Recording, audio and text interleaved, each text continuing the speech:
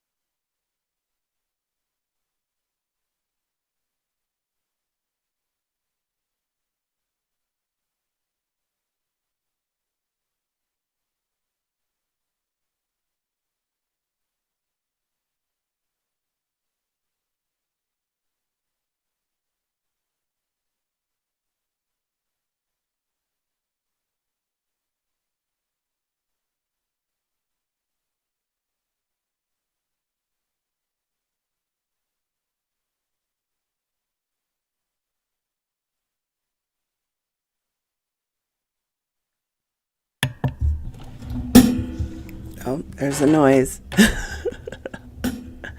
Hello, everybody. And thank you very much for coming. I've got repeat. There we go. Now you get to hear how noisy my chair really is. I have to edit all that out. Thank you. Thank you, everyone, for coming and for the birthday wishes. I don't know why I thought to do this. I was just going to upload another video, but there we go. How is everyone doing? Looks like some of you might have left, but oh well.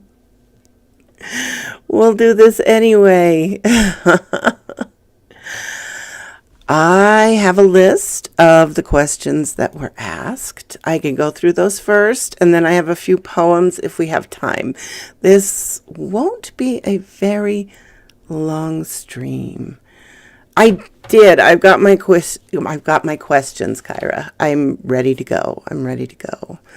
I think. Oh, goodness. I don't know why I am so nervous. That's ridiculous. Anyway, should we get started? Thank you, Swedish Mom. Thank you for showing up and coming. Oh, boy. Thank you, Darkest Tales. Thank you. I appreciate you all for showing up for this. You're going to get a lot. It's not as easy as playing Among Us, Kyra. Okay, the first question I've got written down is from Stephanie Collins. And it's, oh my gosh, thank you, Fear Crawler. That is so nice of you. Thank you very, very much. I'm doing good, Swedish Mom. I had a surprise family birthday party yesterday. It was lovely. It was very lovely. And that is my phone repeating the last message I got. Okay. So the first question was from Stephanie Collins. How and why did you want to get into narrating? And Madame Frightmare asked the same thing. Okay. Thank you so much for coming, Fear Crawler, and thank you so much for the birthday present. You rock. Have fun at work, if you can. Sometimes you can. Yes, Madame Frightmare asked me the same thing. I think I've mentioned before, but I have fibromyalgia, which is chronic pain and fatigue. So I would put on, of course, other narrators and listen to them, and really, really enjoyed it. Just laying there listening. And also to some of the list things and folklore, all the sorts of things I like. And I thought, well, that would be fun to do, but you're the worst person in the world to start narrating. And I decided, well, so what? Do it anyway. If I'm afraid of something, or if it's something I'm very bad at, for some reason I run towards it to try and conquer that. So this was me conquering shyness and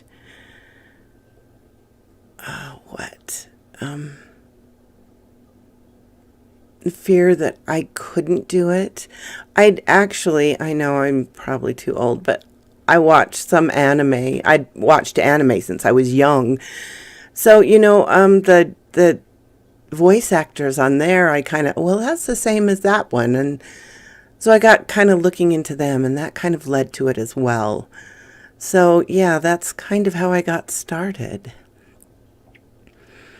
Tenzin H asks, what aspects of narrating do you love and hate? I love the recording portion of doing it. I love really getting into it and putting emotion and such into it. It's a lot of fun. It's, acting and all of that. That's so much fun. I hate trying to make sure I have time to do the narrations. I worry that all sorts of things are going to come up and I won't have time to narrate, to get it out on time. The editing itself is fine. I actually have it. I use the clicks. I got that from Sir Aim, who doesn't narrate anymore. But he would do live streams where he's live recording. And he had a dog clicker that he used.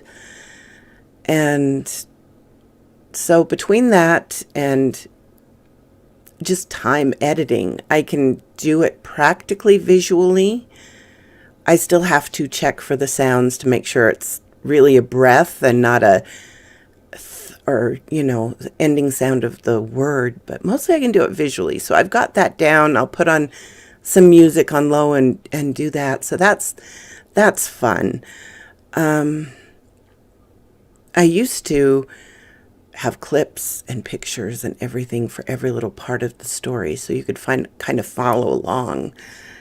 But that got very time consuming, so I had to stop that. Never too old for anime. Thank you, Kyra. I hope so. I mean, yeah. Miyazaki, he's a lot older than me, right? You can hear the birds. The budgies are at it.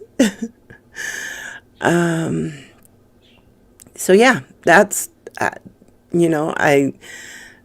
I love all parts, and there's parts about it that, aren't so great. Also,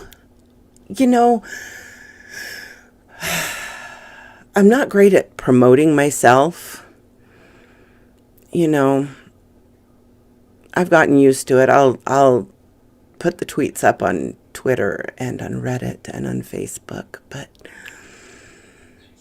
I'd rather just do it rather than, promote it and try and grow. And now I've finally reached 3,000. I'm never going to get up there to the 100,000s. It isn't going to happen. So I think I'm just going to kick back and relax and concentrate on the parts I do love, which is the recording and putting the videos together.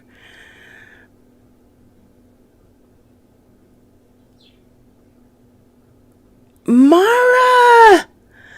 Oh my gosh, lady, I have been so worried about you. I am glad to see you. I hope things are going well for you. Mara, she was the writer of the tales, the fairy stories that had the two queens, and just collected tales, just wonderful. Haven't seen you in a long time, so yes, I can imagine. I've been worried about you, lady. I have. It's good to see you. Oh, I hope you are doing well. It is really good to see you. Rod Clark asks, what common scary things hold no dread for me? I'm not afraid of the paranormal. I grew up in a haunted house where it always felt like something was watching you, or things would drop off the counter next to you, or you'd feel someone touch your shoulder and turn around, nobody's there, and you just get used to it. Hey, Karen, nice to see you. So yeah, you get used to it. It's, I was a ghost hunter as well. I've encountered things less than friendly. But I've never felt in danger from them. I've never felt fear from that. I mean, wandering around old broken down buildings, or old well-kept buildings for that matter, it just doesn't scare me, I guess. Let's see, Grim Soul Taker asked if I'd ever seen a ghost. I have never seen one. I would say I had never seen one. I have seen shadow people. I guess they're ghosts. I have never got a clear enough shot. When I was ghost hunting, I mean, I'd see them 150 yards away, just tiny little things. And at that point, you're like, is it really there? Is it my eyes playing tricks on me? So you really can't say. I've seen them outside my parents' house, and I'm more sure I've seen that. But are they ghosts? I don't know. I don't know if it's dimensional, you know. String theory, as you probably know, really, really fascinates me. And the thought that other universes are occupying the same space, dimensions that we don't see, that creatures might be in. I don't know. I've seen things, don't know if it's a ghost. Okay, Clock Strikes 3 asked. She wants to know what my favorite horror movies are and novels. Of course, I'm fond of Lovecraft, and I read so much King as a kid. There's so many. It's like choosing something out of the entire world.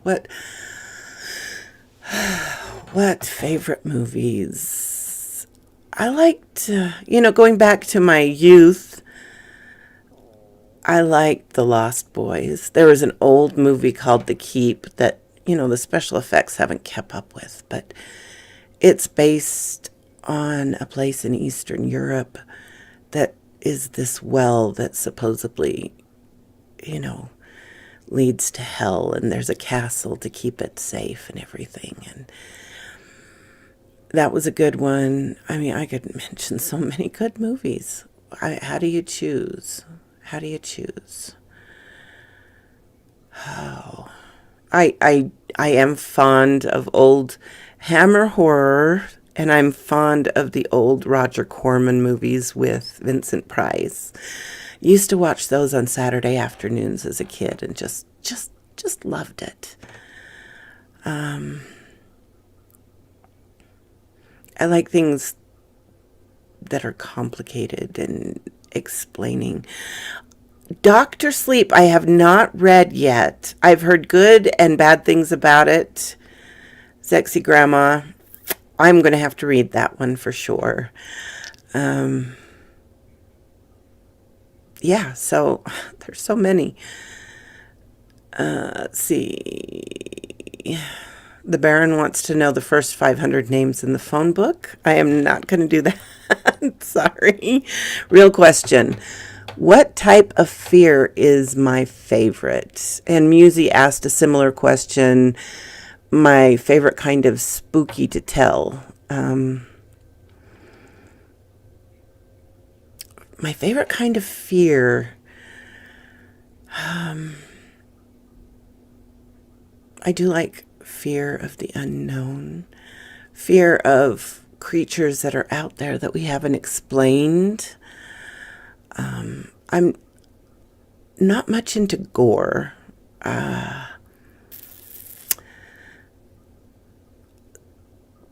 Psychological fear is interesting. My favorite kind is spooky to tell. Real experiences are fascinating, and I've done a lot of the skinwalkers. Stalkers, not so much. Real ghost stories, urban legends. Yes, I had all of the Yen something vault books back in the day before the internet on, the Doberman choking on the burglar's fingers and all of that. And it wasn't just the stories that interested me, but what it said about society. Foreign horror. Yes, I loved the Japanese horrors throughout the 2000s and 2010s, and they've kind of died off, and you don't see very many new exciting ones. Of course, I like how it goes back into the folklore and the society there.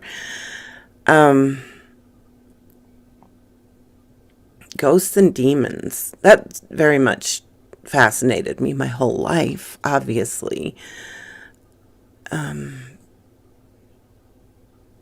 Occultism, that's interesting. It is interesting. Curses, cursed objects. My grandmother, my sweet English grandmother, was the most superstitious woman I've ever met in my life. And she taught me all these superstitions that she had grown up with and she believed. And to me, it was a game. It was a game. Okay, don't walk under a ladder. That's, don't let the black cat cross your path sort of thing. And, it was just a game. It was like, okay. It never really affected me. It was kind of like, okay, it's just fun to follow these quirky rules. But anyway, Daddy.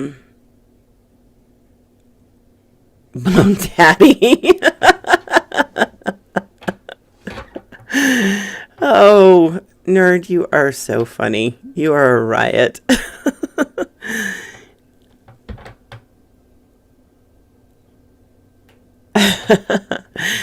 Oh, funny. Anyway, so yeah, I mean, they all have an interest to me. Stalkers, that sort of thing. Muggers, gore. It's like I can watch all of the Warrens series, everything. Paranormal Activity, I didn't blink. But, you talk about stalkers, you talk about end of the world and apocalypse movies. They bother me. They scare me, which, I guess is real, more real stuff. I lost a good friend and family member to a heart failure last month, and another friend and family member had a major heart attack, and he's younger than I am. Things like that scare me a lot more than ghosts in my room. Okay, let's see. Lady Spookaria wants to know what narrators I want to work with on the channel. Oh, that's hard to say. I've had the good fortune to work with Dr. Creepin quite a bit. With the Baron, he's helped me out a lot with the camping series. I've worked with so many people that I do want to, work with. My Halloween special, I've got some great names in that it's like, oh, wow, they said yes. They're going to help me? Really? Swamp Dweller's going to be in it. Eastside Steve, for those of you who like the SCPs.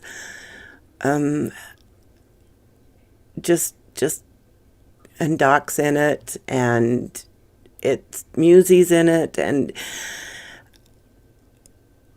it's really great who I've been able to work with.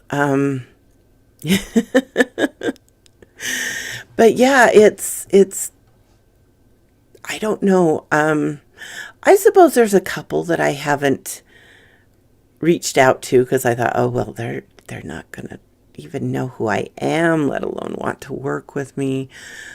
I would like to work with Lazy, I suppose. Like I say, I don't know how to reach out to him. I've worked with Mr. Creepypasta.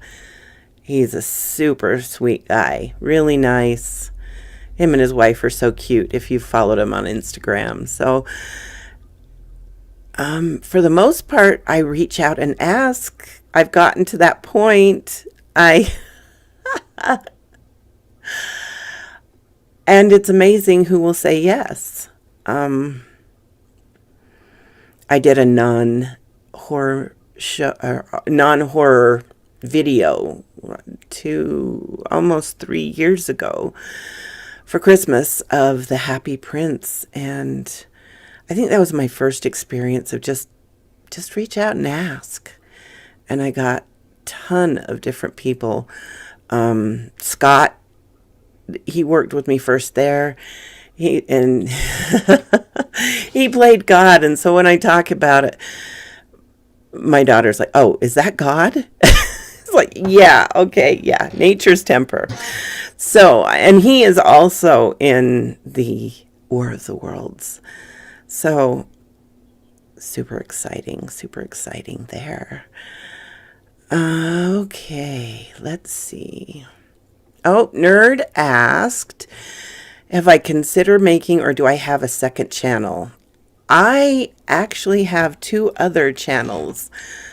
One with fairy tales and stuff, more kid related, but I haven't done a lot on that because I don't have the artistic style to reach kids, I don't think. You know, I'm not gonna be able to compete with Pocoyo and what's the one that's got all the kids speaking British? I can't remember. Anyway, yeah, I my sensibilities aren't quite that to keep kids engaged, I don't think. So that's kind of petered out. It's kind of died over time. I also have one for ASMR and meditation and just relaxation. And to be perfectly honest, since my loyalties, my commitment is to my first channel, I just haven't done much on it. I do need to do more. Morgan Freeman, for God, that, you know, he is quite perfect for that. Indeed. Oh, so yeah, I do have a second and third channel, but it's hard to keep them going. I put all my energy into just keeping this one going for 3 videos a week. Jack D. Lantern wants to know, have I ever experienced anything supernatural and creepy? Oh yeah, definitely. Like I say, I grew up in a haunted house where all sorts of things happened. My brother has written books on different supernatural occurrences of people throughout the area, including some that we had growing up. My youngest brother has Williams syndrome and has the IQ of about a 12-year-old and the emotional temperament thereof. And he loves to be a ghost hunter, even though he doesn't get much of a chance. So we've all grown up with that interest due to the weird house we grew up in. So yeah, there's been a lot of things. I've had friends that have seen the ghost in the house. My dad's seen the ghost in the house. Cupboard slamming is normal. My brother had a resin ornament thrown across the room at him. Some of the more major things. A 5-foot snowman decoration would, well, they got rid of it because it was annoying and scary to some, but it would turn and face you wherever you went in the room when you turned its back on it. It was great. Penny wants to know, does my family listen to my narrations? Yes and no. My nephew, Colton, hi Colton, he listens. on occasions when he's working on stuff at school. He's done me some artwork. He's an awesome, awesome kid. Lots of energy. I wish he'd share some of that with me. And the only other person who really listens is my son-in-law's sister. Hi, Aaliyah. She's awesome. She's a very talented young lady, and she needs to get into narrations herself. And then Michael wants to know, pancakes or waffles? Waffles, but, you know, if I could throw in the option of crepes, always crepes. You know, nerd, I have to say my husband listens sometimes, but not a lot, just on occasion. My kids think it's my youngest daughter, she kind of supports me, but she doesn't listen. My older daughter, she just kind of rolls her eyes. My parents are proud of me for the landmarks I've reached, but they really don't quite understand how to watch on YouTube or what I do. They don't quite get it. My youngest brother, he's still watching the ghost cams that I set up last February when they were on a cruise. So he still goes over those looking for things. But yeah, as far as my family, that's about it. So anyway, pancakes or waffles? And I say crepes or waffles.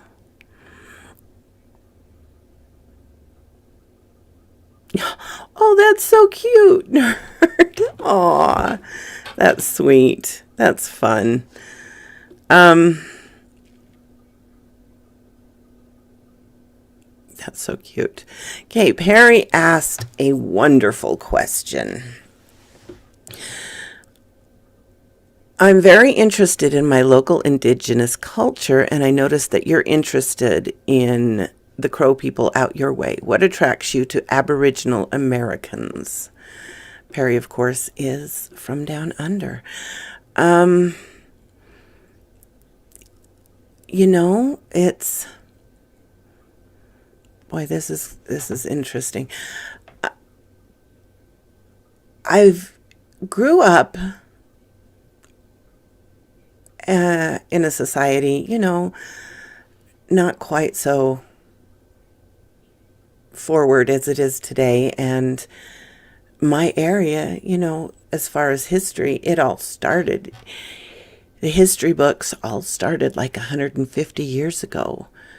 And, you know, I had some ancestors that came over at that time, some a bit later, but it didn't go back beyond that. And I didn't really feel all that connected to the land.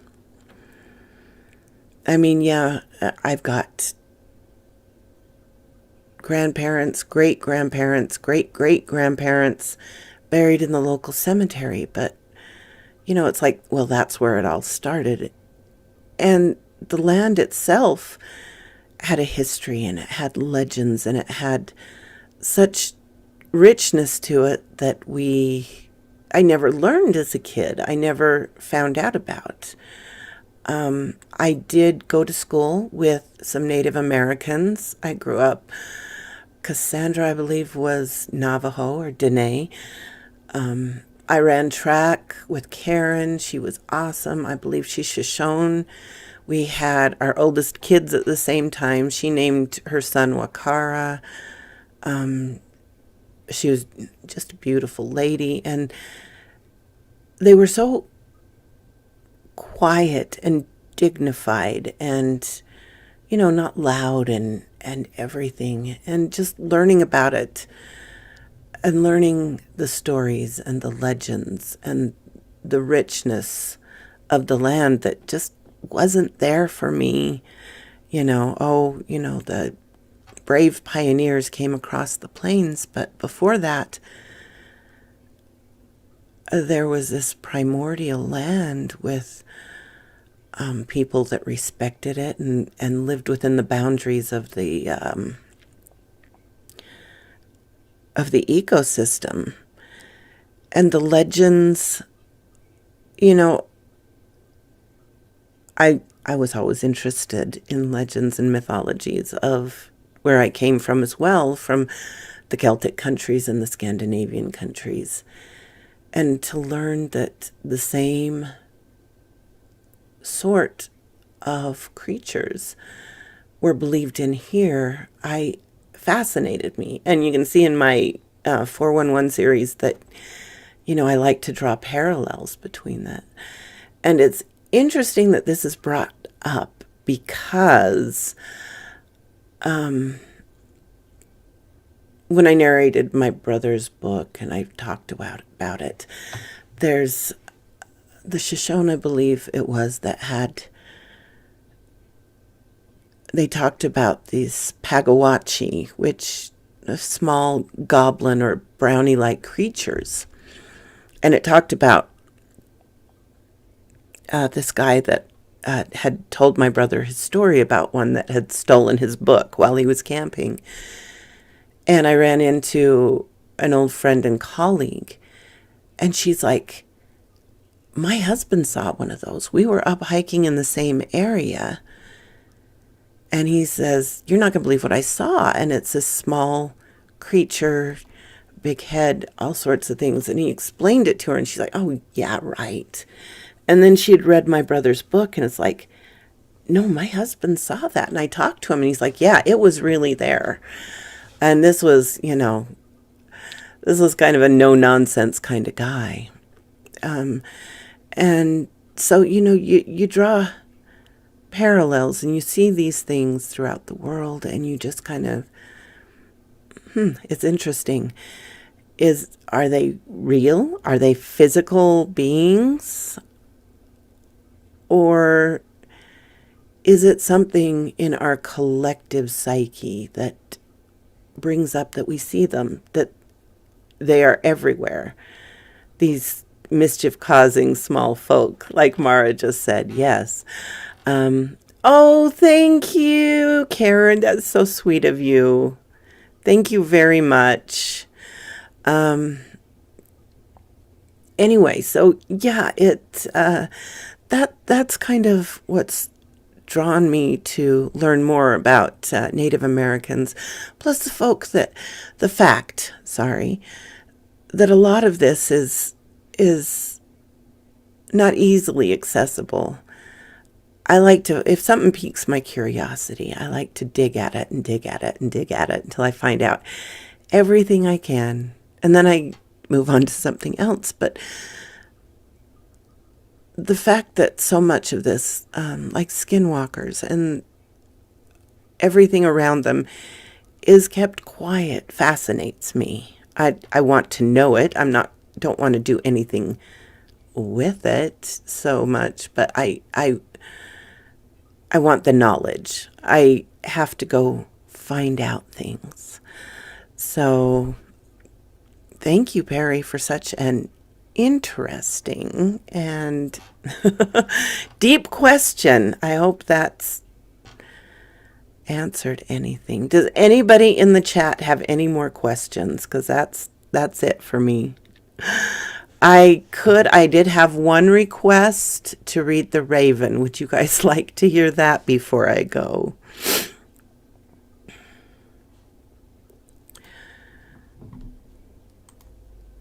I have read it before. My voice isn't all that great this morning, but nevertheless, I have to tell you, my favorite reading of The Raven is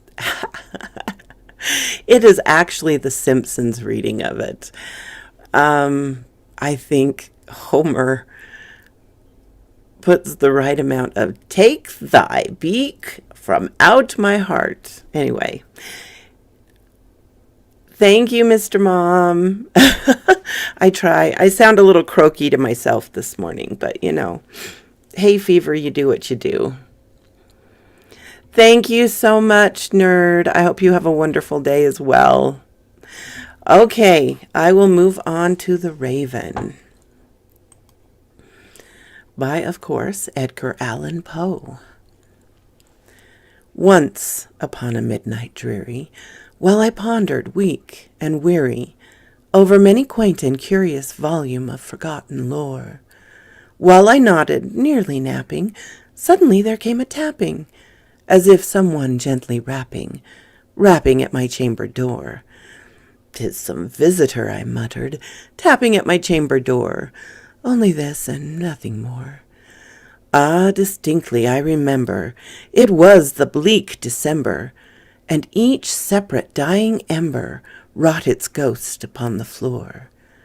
Eagerly I wished the morrow, vainly I had sought to borrow from my books surcease of sorrow, sorrow for the lost Lenore, for the rare and radiant maiden whom the angels name Lenore, nameless here for evermore. And the silken, sad, uncertain rustling of each purple curtain thrilled me, filled me with fantastic terrors never felt before, so that now, to still the beating of my heart, I stood repeating, "'Tis some visitor, entreating entrance at my chamber door, some late visitor, entreating entrance at my chamber door. This it is, and nothing more."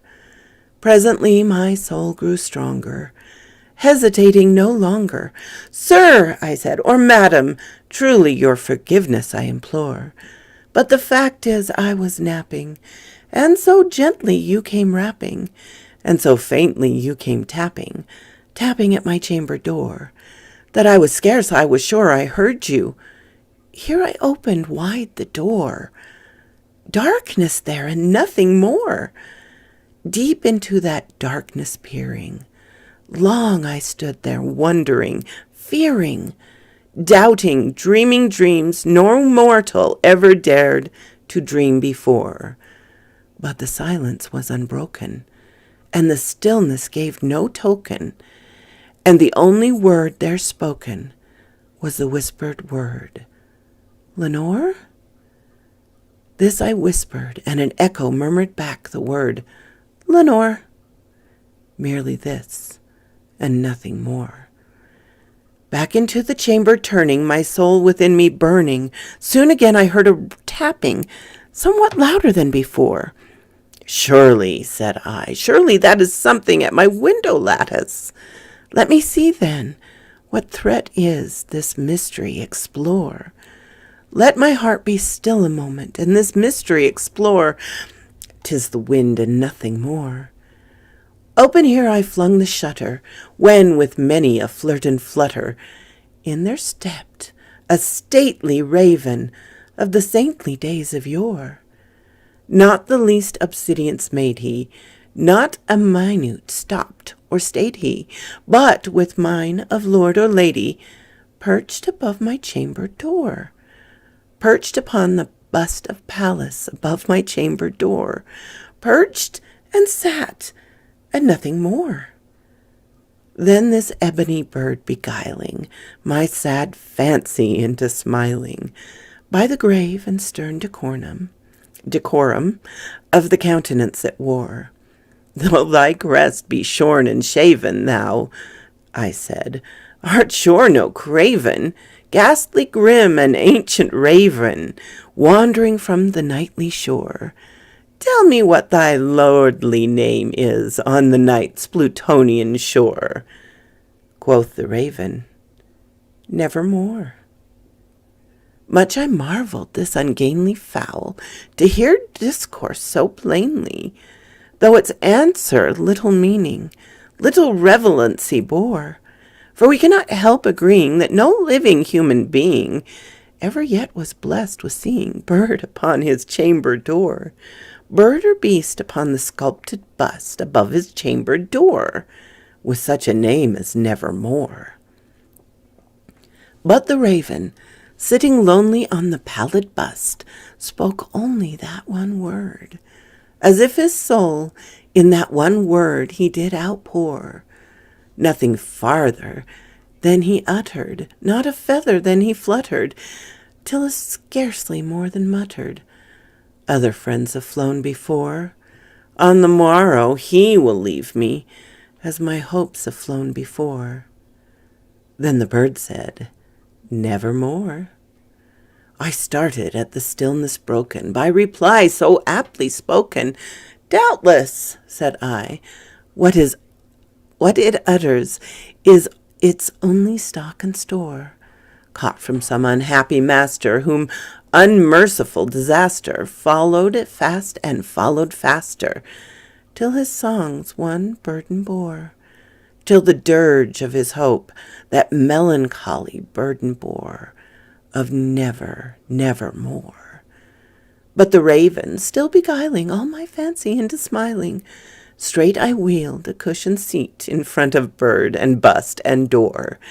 Then upon the velvet sinking, I betook myself to linking fancy unto fancy, thinking what ominous bird of yore, what this grim, ungainly, ghastly, gaunt, and ominous bird of yore meant in croaking "Nevermore." This I sat engaged in guessing, but no syllable expressing to the fowl whose fiery eyes now burned into my bosom's core. This and more I sat divining, with my head at ease reclining on the cushion's velvet lining that the lamplight gloated o'er, but whose velvet violet lining with the lamplight gloating o'er she shall pass nevermore. Then methought the air grew denser, perfumed from an unseen censer, swung by seraphim, whose footfalls tinkled on the tufted floor. "Wretch," I cried, "thy God hath lent thee, by these angels he hath sent thee, respite, and nepenthe from thy memory of Lenore. Quaff, oh quaff this kindness, nepenthe, and forget this lost Lenore." Quoth the raven, "Nevermore." "Prophet," said I, "thing of evil, prophet still, if bird or devil, whether tempter sent or whether tempest tossed, thee here ashore, desolate yet all undaunted, on this decent land enchanted, on this home of horror haunted, tell me truly, I implore, is there balm in Gilead? Tell me, I implore." Quoth the raven, "Nevermore." "Prophet," said I, "thing of evil, prophet." Are they? Nope, that's a different one.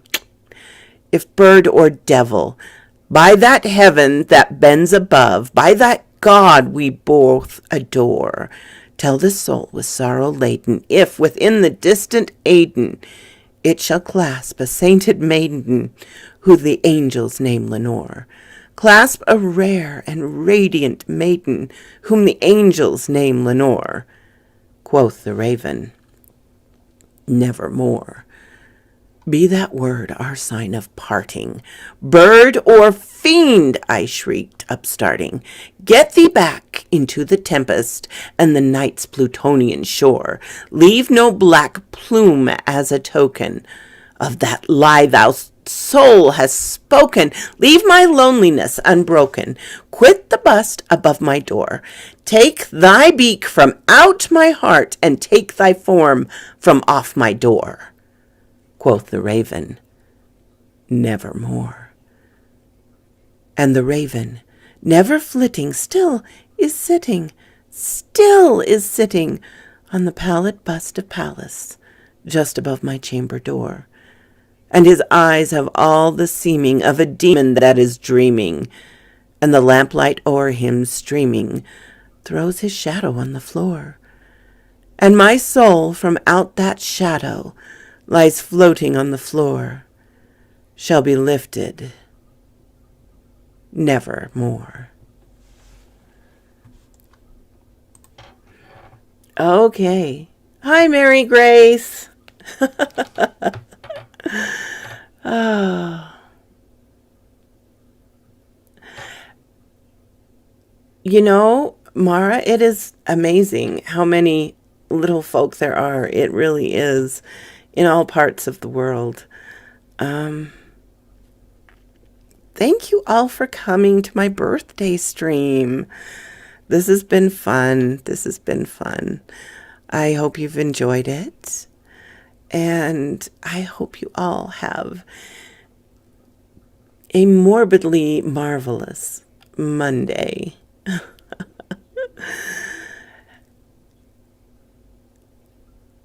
So quoth this raven.